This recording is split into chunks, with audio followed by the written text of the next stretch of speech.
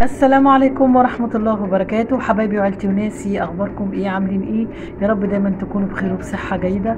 خلاص النهاردة بكلمكم، فاضل يومين بس على رمضان. كل سنة وانتم طيبين وبخير واسعد حال. يا رب يعيد علينا الايام بالخير يا رب، وانصر اهل غزة نصرا عزيزا جميلا يا رب. فك كربنا جميعا يا رب، اللهم هزل همنا وفك كربنا وضيقاتنا جميعا يا ارحم الراحمين. حبايبي صلوا على الحبيب، اللهم صل وسلم وبارك على سيدنا محمد.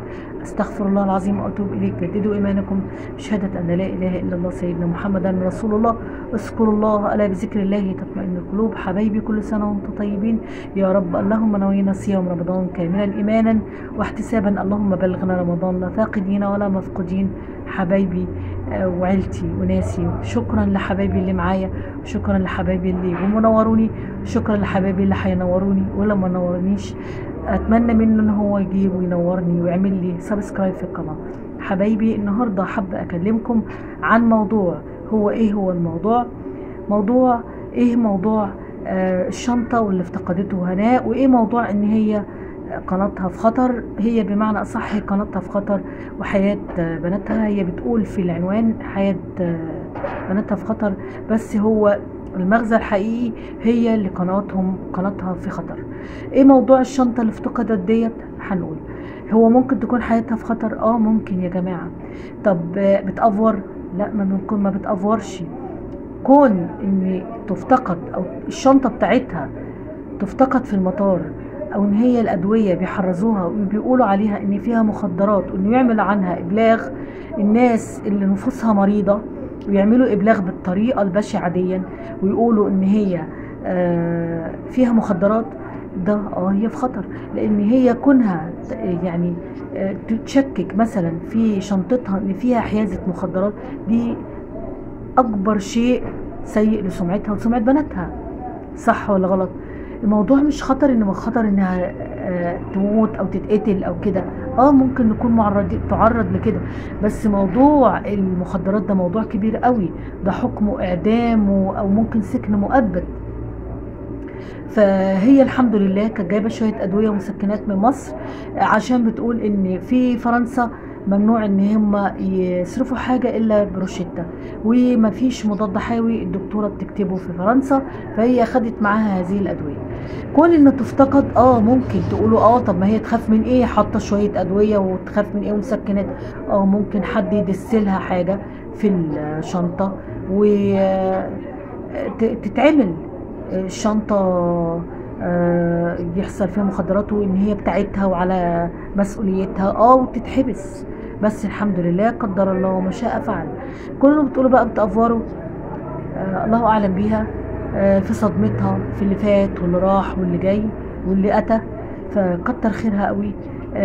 بصوا يا جماعه، موضوع ان انتوا كنتوا بتتكلموا عن ان هي كانت الحوار وتتمسك وتخرج مع راجل غريب والكلام ده كله، مش هنذكر اسامي، بس يعني ممكن تكون من وحدتها. الست طالما كانت عايزه تتجوز على سنه الله ورسوله خلاص.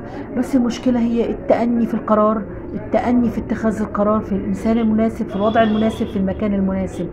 بس هي هناء متسرعه في قراراتها، وثقتها الزايده في الناس هي اللي وصلتها لكده. بس ان شاء الله مش حرام انها تتزوج، بس الانسان المناسب والثقه المناسبه، ان هي ما تتصدمش للمره الرابعه. حبايبي هو ده كان كلامي عن مغتربه بفرنسا. موضوع ان انا الانسان اللي انا اتكلمت عنه ان هي بسببه هناء ده، الانسان دون هو موضوع ان ولاده ده حقه، وان هو يصل ولاده، وكل ولاده كارهين يقابلوه، واصلا العيله ما حاولوش ان هم يصلوا الرحم بالاب. ده شيء مهم جدا.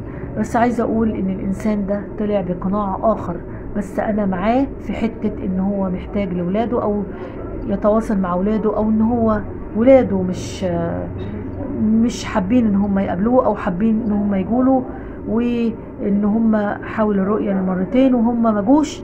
ده انا معاه. لكن السب والعلن، ان احنا نطلع نتكلم على الناس دي بالسب والقصف، لا، انا مش مع كده، ومش مع موضوع اللي حصل في قراره النهائي من مغتربه في فرنسا. وانا بقول لكم على انا مع ايه في ايه ومع ايه وضد ايه. فحبايبي هو ده اللي انا بتكلم عنه. ما بحبش ان انا اتكلم على حد، بقول ايه الصح ده وايه الغلط ده. انا مش منتقده خالص، انا مجرد ان انا بقول رايي، وحبايبي انا رايي غلط برضو قولوا لي. انا مش قبل ما اخرج من الفيديو عايزه اقول للومي لومه 1000 مليون سلامه على زوجك، و1000 مليون سلامه على تقى. ربنا يشفيه ويعافيه ويشفي تقى ويشفيهم شفاء لا يغادر سقما ابدا. قلبنا معاكي، وربنا يتم الشفاء على خير ويخليكم لبعض ويحفظكم لبعض، اللهم امين يا رب العالمين. حبايبي اوعوا تنسوا تصلوا على الحبيب، اللهم صل وسلم وبارك على سيدنا محمد، والسلام عليكم ورحمه الله وبركاته. حبايبي عيلتي وناسي، وكل سنه وانتم طيبين.